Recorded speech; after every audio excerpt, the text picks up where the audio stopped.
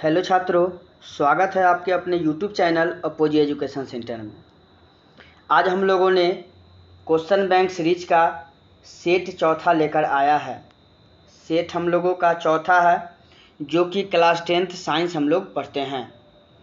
यह साइंस 2021 का second shift का क्वेश्चन पूछा हुआ है। चलिए हम लोग बिना देरी किए हुए शुरू करते हैं ताकि आपका भी ज़्यादा समय न ले। चलिए पहला क्वेश्चन चलते हैं। हम पहले फिर से एक बार और बता देते हैं, यह क्वेश्चन बैंक है जो आपके एग्ज़ाम में पूछे हुए हैं। उसका सेशन 1, 2, 3 अभी तक करा दिए हैं। अगर आपने नहीं देखा है तो जाइए, चैनल पे प्लेलिस्ट बना हुआ है, वहाँ से वीडियो देखिए। अगर आपने यह सेशन जो अभी हम चला रहे हैं अगर आपने देखा बारीकी से और एक्स्ट्रा फैक्ट जो भी बताते हैं उसको आपने ध्यान दिया तो डिफिनिट एक भी प्रश्न आपके एग्ज़ाम में नहीं छूटेंगे। चलिए स्टार्ट करते हैं। पहला क्वेश्चन है, निम्न में से कौन सा पदार्थ लेंस के लिए प्रयुक्त नहीं किया जाता है। मतलब लेंस के लिए क्या प्रयुक्त नहीं होता है, तो वह पित्तल नहीं होता है। ठीक है, कोई दिक्कत। अगला है, निम्न में से कौन संख्या प्रकाश के अपवर्तन के नियम के लिए सही है। मतलब प्रकाश के अपवर्तन के नियम के कितने हैं, तो 2 नियम है। ठीक, अपवर्तन हो तब या परावर्तन हो तब, इसमें कितने नियम होते हैं, 2 नियम होते हैं। चलिए नेक्स्ट देख लेते हैं। नेक्स्ट है, किसी वस्तु का प्रतिबिंब आँख के जिस भाग पर बनता है वह क्या है। तो आँख के जिस भाग पर बनेगा उसे रेटिना कहेंगे। ठीक है, किसी माध्यम के अपवर्तक म्यू बराबर साइन आई बटा साइन आर होता है। ठीक है, ऑप्शन संख्या बी होगा। अगला क्वेश्चन है, एक गोलीय दर्पण की फोकस दूरी +20 है। तो वह देखिए प्लस में है, हम बार बार बोले हैं प्लस होगा तो उत्तल होगा।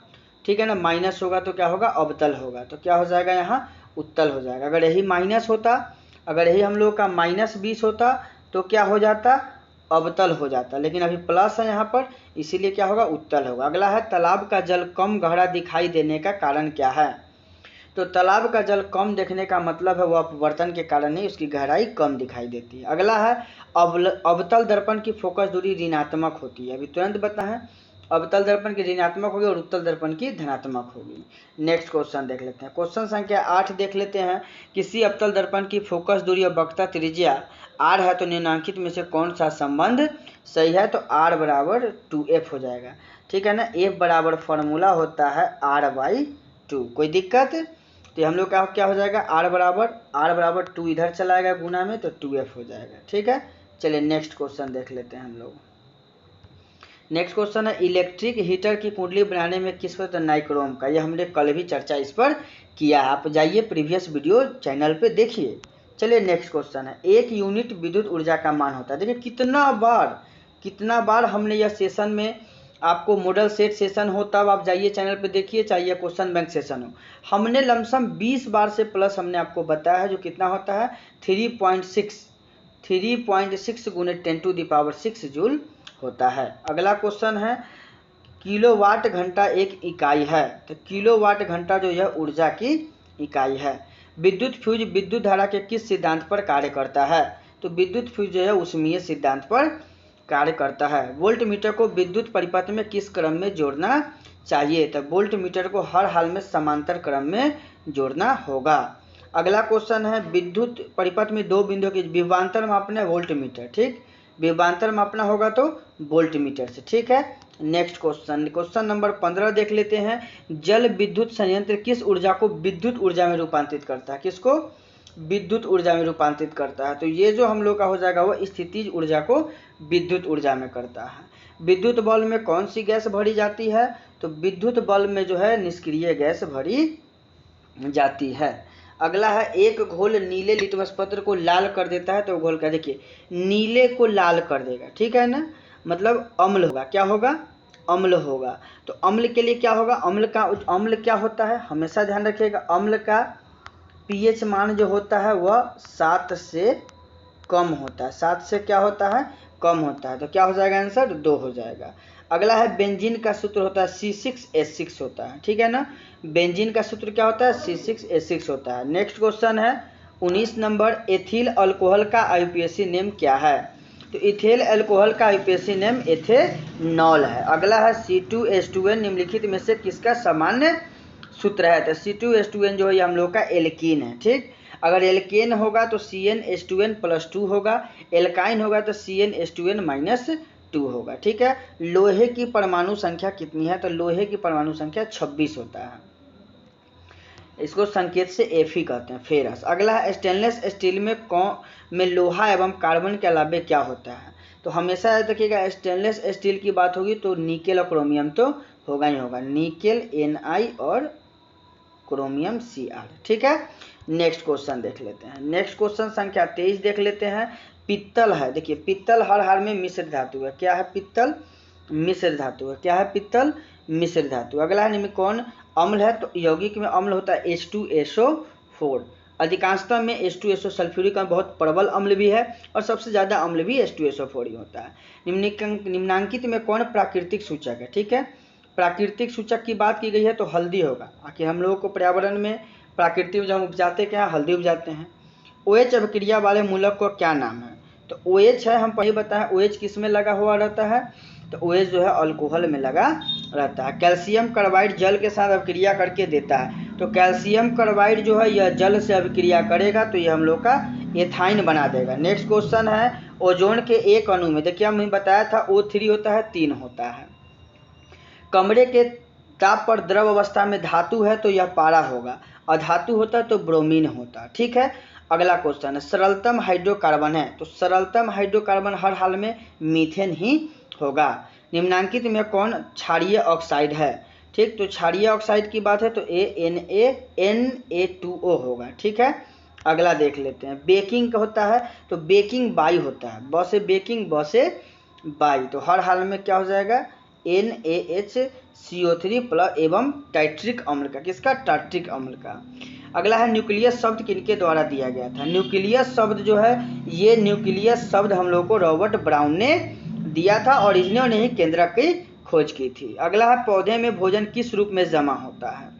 तो पौधे में जो होता है ना ये भोजन जो हम लोग का जो वो स्टार्च के रूप में होता है। ठीक है, प्रसिद्ध पुस्तक द माइक्रोग्राफिया किनके द्वारा लिखा हुआ है?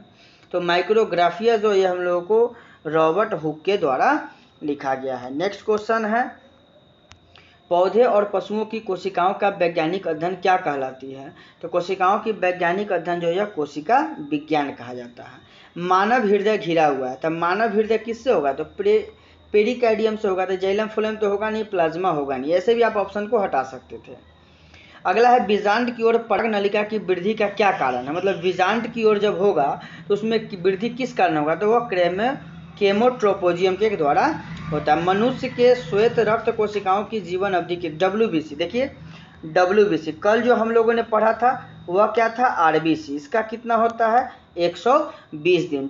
WBC का जब हम चर्चा करेंगे तो WBC का होता है 12 से 20 दिन होता है। कितना होता है? 12 से 20 दिन होता है, मतलब कम ही दिन होता है। ठीक है, इसमें महीना है तो ये होगा नहीं, ये भी महीना ये भी नहीं होगा, ये तो 20 से ज़्यादा इसीलिए हो जाएगा 12 से 20 दिन। चलिए नेक्स्ट क्वेश्चन देख लेते हैं। नेक्स्ट क्वेश्चन है पीत रस कहाँ होता है? तो पीत रस कहाँ स्रावित होगा? तो यकृत में होगा, इंग्लिश में लीवर भी कहते हैं। किस जीव में हीमोग्लोबिन नहीं होता है? तो हीमोग्लोबिन किस में नहीं होगा? तो वह मक्खी में नहीं होता। जो देखते हैं घर पे मक्खी उक्खी मर जाता है तो उसके आप देखिएगा उसमें रेड ब्लड नहीं रहता, इसलिए उसको हीमोग्लोबिन नहीं रहता है। हेमोग्लोबिन की कमी से कौन सा रोग होता है? तो हेमोग्लोबिन से एनीमिया रोग होता है, ब्लड की कमी से। मनुष्य के आहार नाल में अवशेषी अंग क्या है? तो आहार नाल में अवशेषी अंग जो हो वह अपेंडिक्स है। ठीक है, निम्नांकित में कौन ट्रिप्सिन एंजाइम का कार्य है? तो ट्रिप्सिन का क्या कार्य होता है? तो ट्रिप्सिन का काम है प्रोटीन का पाचन करना। नेक्स्ट क्वेश्चन है मुख्य गुहा में आहार का कौन सा भाग पाचन होता है? तो मुख्य गुहा में आहार का जो है ना ये हम लोग का कार्बोहाइड्रेट पाचन होता है। ऑक्सीजन का वाहक कौन है? तो वह RBC है। क्या है? RBC है। अगला है रक्त में शर्करा स्तर में कौन करता है? तो इंसुलिन शर्करा का स्तर का नियंत्रित करता है। अगर इंसुलिन आपसे कह दें इंसुलिन की कमी होगी तो हम लोगों को क्या होगा? आपसे कह दें रक्त मधुमेह की बीमारी हो जाती है। मानव शरीर में सबसे लंबी कोशिका कौन होती है? तो तंत्रिका कोशिका होती है, न्यूरॉन कोशिका, यह कल भी हमने बताया है। प्रकाश के परावर्तन कितने नियम अभी हमने बताया पहले ऊपर में ही क्वेश्चन में, जो प्रकाश के परावर्तन हो या अपवर्तन हो कितने नियम होंगे? 2 नियम होंगे। नेक्स्ट क्वेश्चन देख लेते हैं। नेक्स्ट क्वेश्चन है अवतल दर्पण का आवर्धन होता है। तो अवतल लेंस में देखिए लेंस में जब आवर्धन की बात होगी ना तो वह हो जाएगा V/U। अगर आपसे कह दे दर्पण में होगा तब माइनस वी बाई यू, ठीक है ना। दर्पण में क्या होता है, माइनस होता है, लेंस में प्लस होता है। दर्पण सूत्र क्या होगा, तो दर्पण सूत्र होता है 1/v + 1/u = 1/f। टिंडल प्रभाव प्रदर्शित करता है, तो टिंडल प्रभाव जो है वह प्रकाश के प्रकीर्णन को आपसे कह दे प्रदर्शित करता है। नेक्स्ट क्वेश्चन 53 क्वेश्चन देख लेते हैं। कौन सा लेंस अभिसारी लेंस है, कौन सा लेंस अभिसारी। अभिसारी कौन होता है, उत्तल होता है, ठीक है। उत्तल दर्पण में प्रतिबिंब बनता है, हमेशा याद रखिएगा, उत्तल दर्पण में आभासी प्रतिबिंब बनता है। प्रकाशिक माध्यम कितने प्रकार के होते हैं, तो प्रकाशिक माध्यम 3 प्रकार के, एक पारदर्शक, एक अपारदर्शक और तीसरा पारभासी। अगला है डायनेमो परिवर्तित करता है, तो डायनेमो जो है वो हम लोग को किस में परिवर्तित करेगा, तो हमेशा याद रखिएगा रासायनिक ऊर्जा को विद्युत ऊर्जा में करेगा। क्या करेगा, रासायनिक ऊर्जा को विद्युत ऊर्जा में, नहीं रासायनिक ऊर्जा कहाँ से आएगा डायनेमो में, ये नहीं होगा, ये गलत है। ये होगा हम लोगों का, एक मिनट, ये हम लोग का होगा यांत्रिक ऊर्जा। डायनेमो से तो हम लोग यांत्रिक ऊर्जा की बात करते हैं, तो यांत्रिक ऊर्जा को विद्युत ऊर्जा में। इलेक्ट्रॉन पर आवेश होगा 1.6 × 10⁻19 कूलम, इलेक्ट्रॉन है तो माइनस हो जाएगा, ठीक है। नेक्स्ट क्वेश्चन, खिलौने में किस सेल का उपयोग किया जाता है, तो खिलौने में सूखा सेल का प्रयोग किया जाता है। कोई दिक्कत। अगला है कार्य करने की क्षमता को क्या कहते हैं, तो क्षम से ऊर्जा, तो ये ऊर्जा हो जाएगा, क्या हो जाएगा, ऊर्जा। कोई दिक्कत, ये ट्रिक है, क्षम से ऊर्जा, ठीक है। तो क्षमता है तो ऊर्जा, ठीक। आगे चलते हैं। नेक्स्ट क्वेश्चन है, निम्न में से कौन सा विस्थापन अभिक्रिया का, देखिए विस्थापन क्या होता है, एक दूसरे को डिस्प्लेस करता है, ठीक है ना।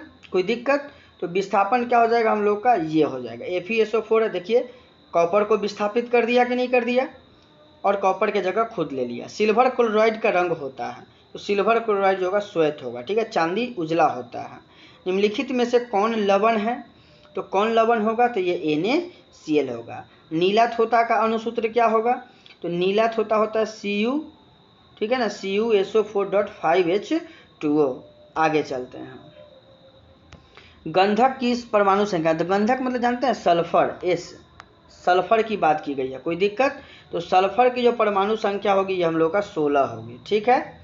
अगला अधातु का ऑक्साइड, देख अधातु का अम्लीय होता है, ठीक है, और धातु का पूछता तो क्षारीय होता है, ठीक है।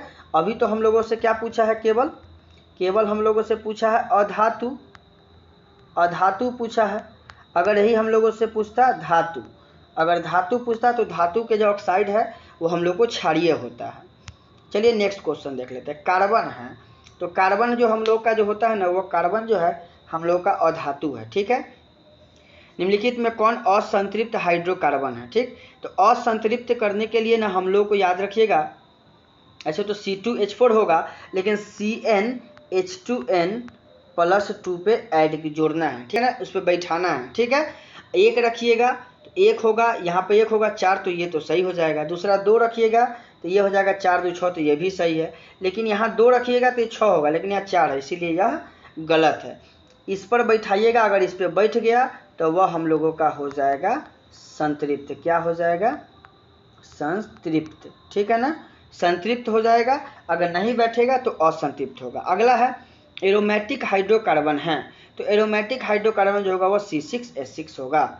नेक्स्ट क्वेश्चन देख लेते हैं। नेक्स्ट क्वेश्चन है, निम्नलिखित में कौन अक्रिय गैस है, तो अक्रिय गैस हम लोगों का हीलियम है। क्या है, हीलियम है। अगला, निम्नलिखित में से कौन उपधातु है, क्या है, उपधातु कौन है, तो हम लोग का Sb है, ठीक है। सुबेडियम होता है Sb, ठीक। अगला, पौधे में श्वसन होता है, तो पौधे में श्वसन, जड़ों में भी, जड़ में श्वसन कैसे होगा, सॉरी, ये तो पत्तियां में ही केवल होगा, तक वहां से प्रकाश संश्लेषण होता है पत्तों से। निम्न में स्वपोषी कौन है, तो स्वपोषी हरे पौधे ही होंगे। नेक्स्ट है, कौन सी बीमारी श्वसन तंत्र से संबंधित है, निमोनिया। निमोनिया अगर बीमारी होगी तो आपको फेफड़ा को नुकसान पहुंचाएगा, ठीक है। चलिए आगे चलते हैं। अगला क्वेश्चन शायद इसमें नहीं है, 7 क्वेश्चन शायद छूट गया है, माफ़ी चाहते हैं। नेक्स्ट आपको अगले दिन हम ये 7 क्वेश्चन तैयारी करा देंगे। आशा करते हैं यह 73 क्वेश्चन आपको समझ में आया होगा, और अगर आपको नहीं आया तो फिर से आप वीडियो को रिवाइंड कीजिए, और साथ ही साथ जितना एक्स्ट्रा फैक्ट बताए हैं उस पर भी आप ज़रूर ध्यान दीजिए।